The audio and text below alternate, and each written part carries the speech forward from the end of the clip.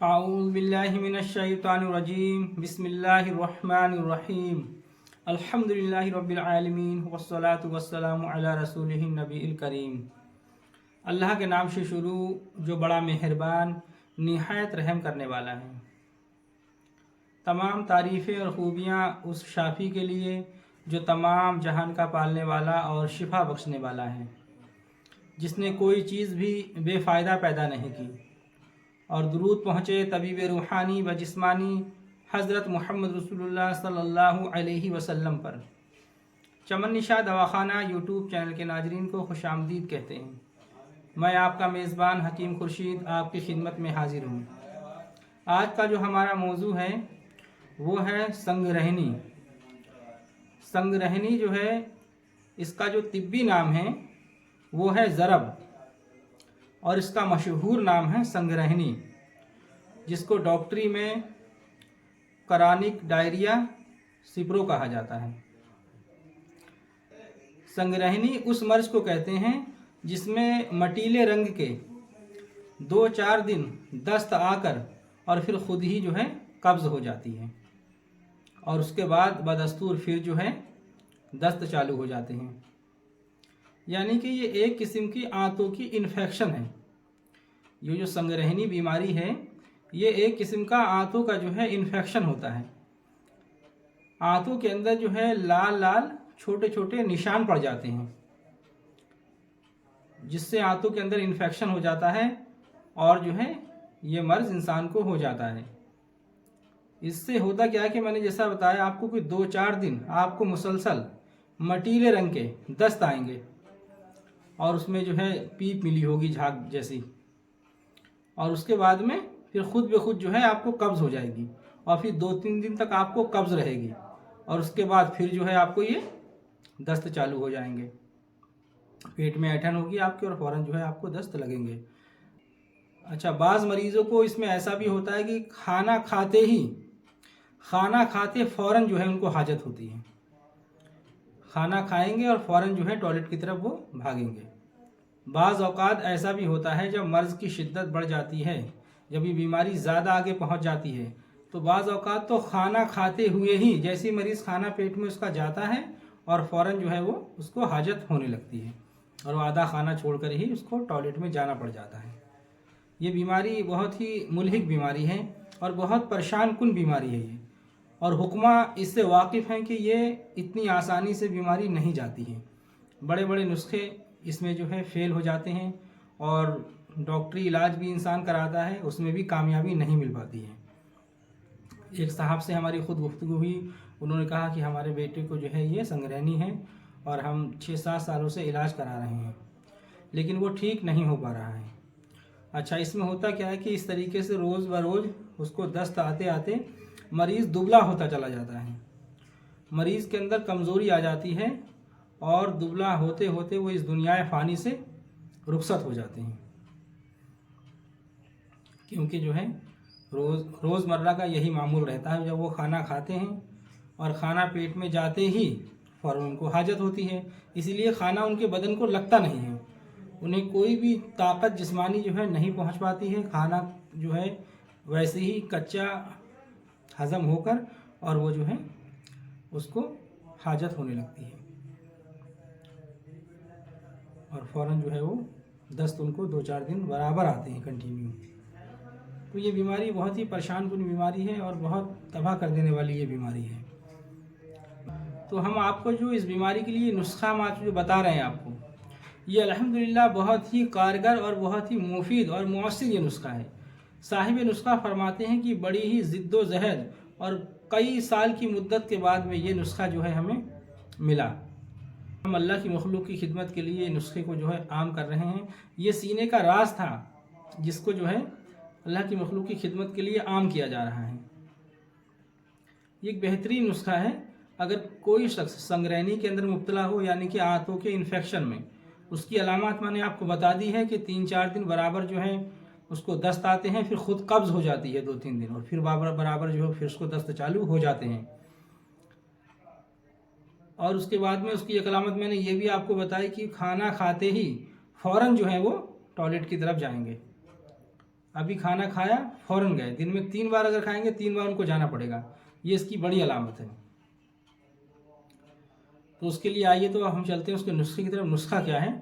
नुस्खा एक तो वही है जो हमने दस्त के इलाज के लिए जो हमने नुस्खा आपको पहले बताया था। वो क्या है? आपने लेनी है 100 ग्राम छोटी हरड़, काली हरड़ 100 ग्राम। उसको आपने देसी घी के अंदर जो है भून लेना है। देसी घी के अंदर भुनी हुई काली हरड़ 100 ग्राम और सौंफ 100 ग्राम और खांड 200 ग्राम, इन सब का आपने जो है सफ़ूफ बना लेना है, पाउडर बना लेना है। और उसके बाद में एक आपको दवाई बाज़ार से लेनी है जो तैयार शुदा मिलती है, जो कि आयुर्वेदिक कंपनियां उसे बनाती हैं, बैद्यनाथ डाबर वगैरह जो है उसको बनाती हैं, वो आसानी से आपको बाज़ार से मिल जाएगी, जिसका नाम है गंगाधर रस। तो गंगाधर रस जो है आपने ले लेना है। तो 2 चम्मच गंगाधर रस आधे गिलास पानी के अंदर मिलाना है। और ये जो सफ़ूफ है आधा चम्मच, ये सफ़ूफ उसी रस के पानी से आपने खाना है दिन में 3 बार, खाना खाने के आधे घंटे के बाद। तो अल्लाह के फजल से जो है आपको इस बीमारी से निजात हासिल होगी। और अगर खुदा न खास्ता इस दवा से आपको खातिर ख्वाह मुकम्मल फ़ायदा ना हो पाए, वैसे आपने ये दवा जो है तकरीबन 4 हफ्ते इस्तेमाल करनी है। अगर 4 हफ्तों में आपको आराम नहीं मिल पाए, अभी बीमारी बाकी रहे, तो फिर एक नुस्खा मैं आपको और बताता हूँ, जो कि अल्हम्दुलिल्लाह साहिब नुस्खा फरमाते हैं कि बारहा का आजमूदा और कई मरीज़ों पर उन्होंने जो है इस नुस्खे को इस्तेमाल किया है और इसको बहुत ही मुफीद पाया। तो वो नुस्खा क्या है? वो नुस्खा आप जो है नोट फरमा लें। आपने लेनी है 40 ग्राम कड़ा छाल, कड़ा छाल 40 ग्राम। ये आपको पंसारी के यहाँ से बहुत आसानी के साथ में मिल जाएगी। तो कड़ा छाल 40 ग्राम आप ले लें और उसका जो है आपने सफ़ूफ बना लेना है, यानी कि पाउडर बना लेना है। और पाउडर बनाने के बाद में इसकी जो है आप 7 पुड़ियाँ बना लें, यानी कि 40 ग्राम कड़ा छाल को पीस कर और इसके सफ़ूफ की आपने क्या करना है, सिर्फ 7 पुड़ियाँ जो है बनानी है, 7 खुराकें बस। अच्छा, एक खुराक आपने जो है एक पुड़िया एक दिन में सिर्फ एक ही पुड़िया देनी है 24 घंटे के अंदर।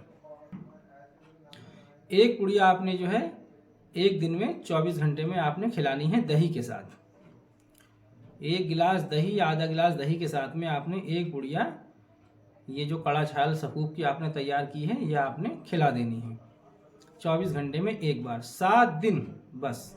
ये 7 पुड़ियाँ आपने 7 दिन सिर्फ खिलानी है। अल्हम्दुलिल्लाह इस मूजी और जानलेवा बीमारी से अल्लाह के फजल से यकीनी आपको फ़ायदा हो जाएगा इंशाअल्लाह।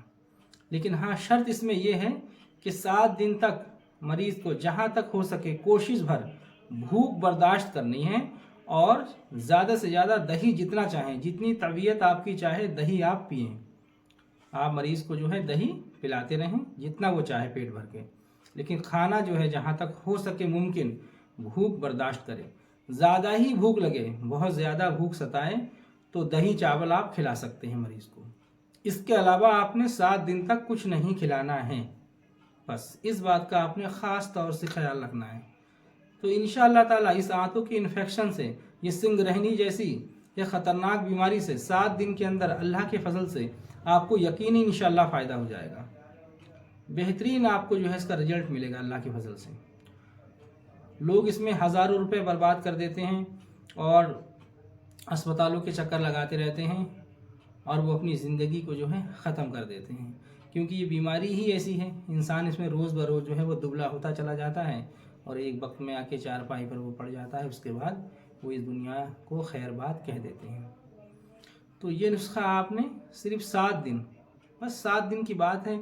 उसके बाद में जो आपका जी चाहे वो आप खाएं, बस थोड़ा सा परहेज़ कुछ दिन रखें, हल्का फुल्का तला भुना ना लें, बाकी इंशाल्लाह सब कुछ आप खाएं। सिर्फ 7 दिन आपने जो है कुछ नहीं खाना है, दही ज़्यादा से ज़्यादा इस्तेमाल करना है और जो है ज़्यादा भूख लगे तो मैंने आपको बता दिया है कि आप दही चावल खा सकते हैं।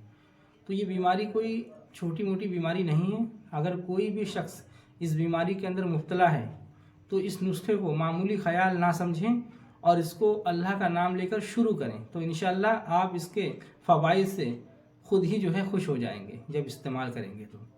और मैं हकीम हजरात से ख़ास तौर से कहता हूँ, जो हकीम हजरात हैं जो इलाज मुआलिजा करते हैं, वो इस नुस्खे को बनाकर और अल्लाह की मखलूक को फ़ायदा पहुँचाएँ। ये नुस्खा बहुत ही बेहतरीन और ये मायानाज नुस्खा है। हकीम हजरात खुसूसी तौर से तवज्जो करें और इस नुस्खे को बनाकर अपने दवाखाने में रखें वो। और कोई अगर संगरैनी का मरीज़ है, उसकी अलामत मैंने आपको बता दी है, तो उस पर जो है उस पर जांच और परख कर समझ लें। अगर उसको संगरैनी है तो आप उसको ये नुस्खा इस्तेमाल कराइए। इससे अल्लाह के फजल से बहुत ही जल्द मरीज़ शिफायाब हो जाएगा। हम अल्लाह की मखलूक की खिदमत के लिए अपने ज़ाती तजुर्बात लोगों तक पहुँचा रहे हैं। हमारे बताए हुए नुस्खों से अल्लाह तबारक व तआला आपको फ़ायदा उठाने की तौफ़ीक दे और मुझे मेरी मेहनत का दोनों जहां में समरा अता फरमाए।